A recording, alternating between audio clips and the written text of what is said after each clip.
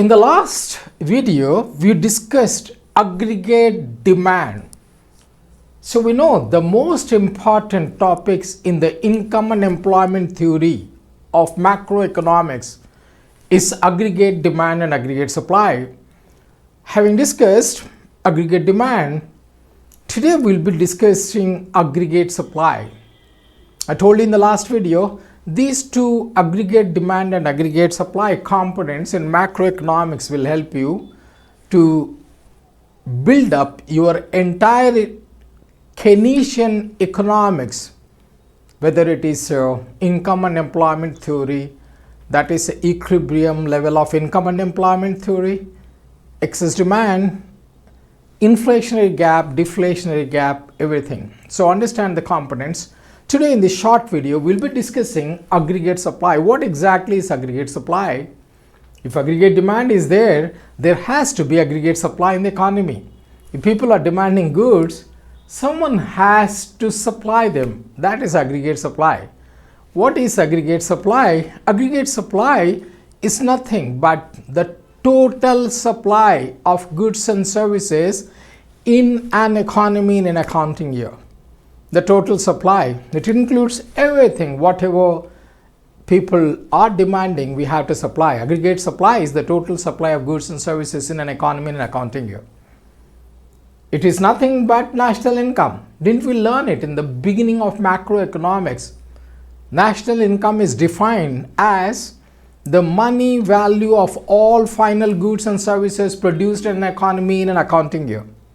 It's the same thing here. Aggregate supply is nothing but national income, the total value of goods and services in an economy in an accounting year. Aggregate supply is total supply of goods and services. If you take it in terms of its value, it will become national income. So AS and national income are same. So we discuss one more concept here relating to this. National income or your income, either you consume or you save. National income, either you consume or save. So we can, since we say national income is nothing but aggregate supply also we can write it as C plus S. That is consumption plus savings in the economy. S is C plus S. When we talk about components of aggregate demand, we discussed C plus I plus G plus X minus M. That is consumption expenditure, investment expenditure, government expenditure and net exports. When we talk about aggregate supply, what are its components? We don't write all goods and services produced in the economy in an accounting year. It is humanly impossible. So instead of that, we write the components of national income.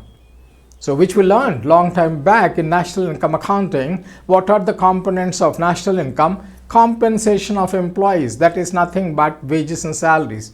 The next one is rent and royalty. The next one is interest. The next one is profits. The next one is mixed income of the self-employed.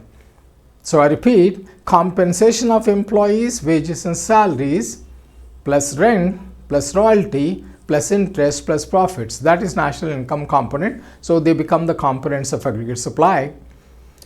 So once again I repeat, this might come again for 1 mark. If they ask you what exactly is aggregate supply, just write one sentence. Aggregate supply is the total supply of goods and services in the economy in an accounting year. If they ask you for 3 or 4 marks, what exactly is aggregate supply in the economy, what are its components? And then you will be writing precisely aggregate supply is the total supply of goods and services in the economy in an accounting year. Since aggregate supply is nothing but national income, aggregate supply can also be written as AS is equal to C plus S. What are the components of aggregate supply? The components of national income become the components of aggregate supply. Which are these? Number 1, compensation of employees, or you write it as wages and salaries. Number 2, rent and royalty. Number 3, interest. Number 4, profits. Number 5, mixed income of self-employed. You can see on the board, you have it on the board. One is what is aggregate supply? AS is nothing but national income. I just told you one line answer. Aggregate supply is the total supply of goods and services in an economy in an accounting year, which is nothing but national income.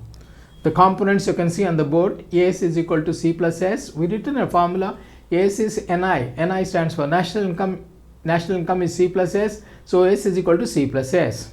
You can see the components on the board. Compensation of employees, number 1. Number 2, rent and royalty. Number 3, interest. Number 4, profits. Number 5, mixed economy.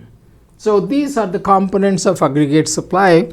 So that's all we have in this short video. What exactly is aggregate supply? What are its components? If you want to jot it down, so you see this video with the help of your subtitles. So when the subtitles come on your video, you jot it down. That becomes much easier for you to learn, or listen 2-3 times. Automatically you will be in a position to write it. That's all we have time for this video. So please watch all the videos that will help you for this board examination. That's all we have time.